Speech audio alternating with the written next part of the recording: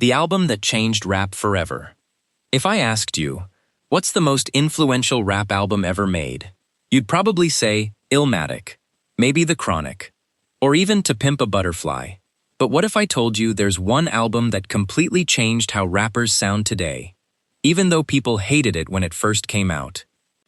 Without this album, there's probably no Drake, no Juice WRLD, no Melodic Future, no Kid Cudi as we know him.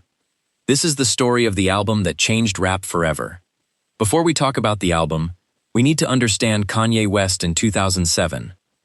At the time, he wasn't just one of the biggest rappers in the world. He was redefining hip-hop.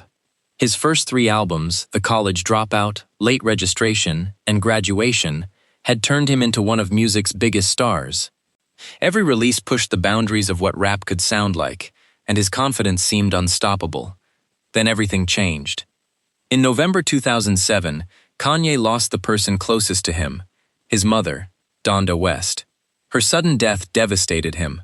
Only months later, his engagement to Alexis Pfeiffer came to an end.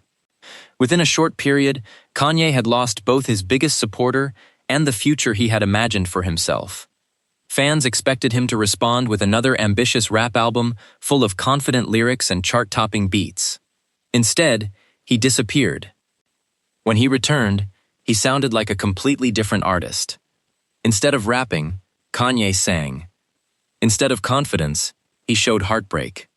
Instead of soulful samples, he built songs around cold synthesizers, drum machines, and heavy auto-tune. The music was slow, emotional, and deeply personal. It wasn't the Kanye fans expected. Many critics didn't understand it. Some called it a mistake.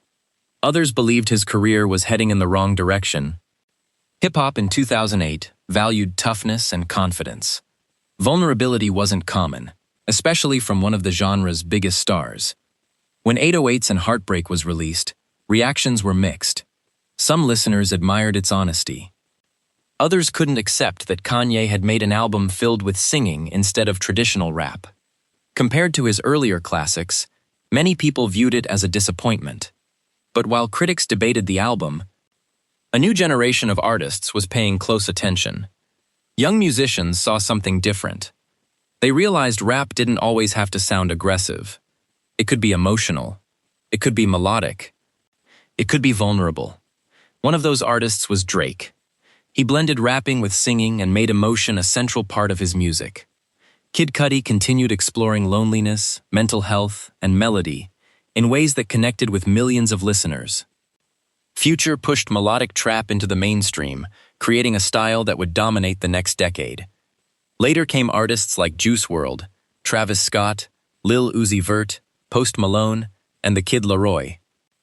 Each had a unique sound, but they all embraced ideas that 808s and Heartbreak helped normalize: emotional honesty, melody, and experimentation.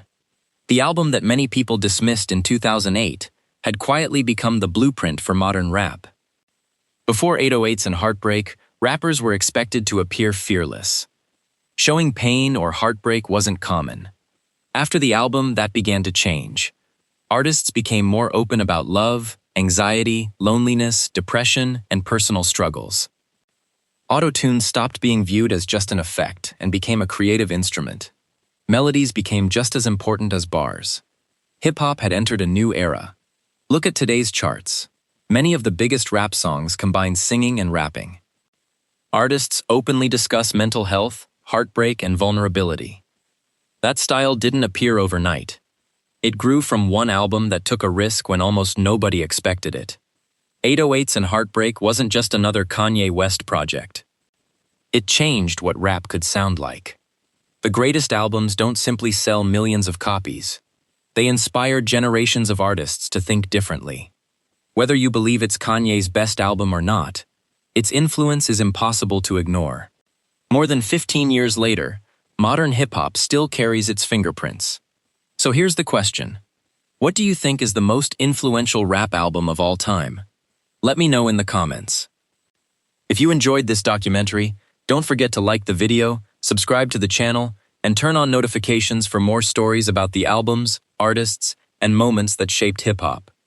Thanks for watching, and I'll see you in the next video.